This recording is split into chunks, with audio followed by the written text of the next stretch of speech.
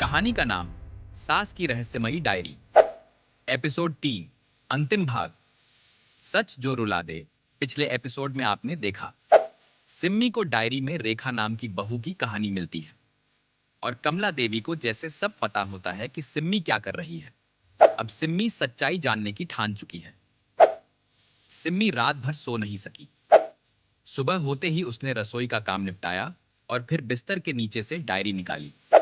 जिस दिन मैंने वो दराज खोला, मैंने उसमें एक पुराना फोटो एल्बम देखा जिसमें घर की 3 और बहुएं थीं, लेकिन किसी की भी कोई खबर नहीं थी। और फिर एक दिन मुझे भी वो एल्बम गायब मिला। शायद इस घर में कोई रहस्य है, कोई ऐसा सच जो बहुओं को निगल जाता है। सिम्मी की रूह कांप गई। क्या ये वही बहुएं थीं जिनके बारे में कोई बात नहीं करता? तभी सिम्मी को कमरा नंबर 3 की चाबी मिली, जो ड्रॉअर में रखी थी, जो हमेशा बंद रहता था।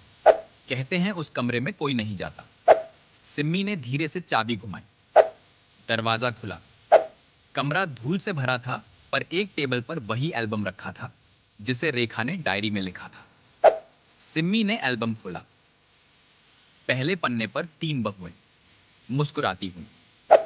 अगले पन्ने पर एक कागज चिपका था। हर बहू जिसने सच जानने की कोशिश की, वो इस घर में जिंदा नहीं रही। पीछे से एक परछाई सिम्मी पर पड़ी। बहुत तेज हो गई हो बहू, लेकिन अफसोस, अब तुम भी उसी रास्ते पर। कमला देवी दरवाजे पर खड़ी थी, हाथ में एक पुरानी तस्वीर लिए। ये देख बहू, ये रेखा थी। मेरी बहू नहीं, मेरी बहन की बेटी। उसने मेरे बेटे से जबरदस्ती शादी की थी और जब मेरे बेटे की मौत हुई, वो मुझे ही दोष देने लगी। तुमने उसे? नहीं, उसने खुद को खत्म कर लिया, लेकिन लोग समझते रहे कि मैंने कुछ किया। तब से जो भी बहू सवाल पूछती है, मैं उसे डराकर चुप करा देती हूँ, क्योंकि सच इस घर का सुकून छीन लेता है।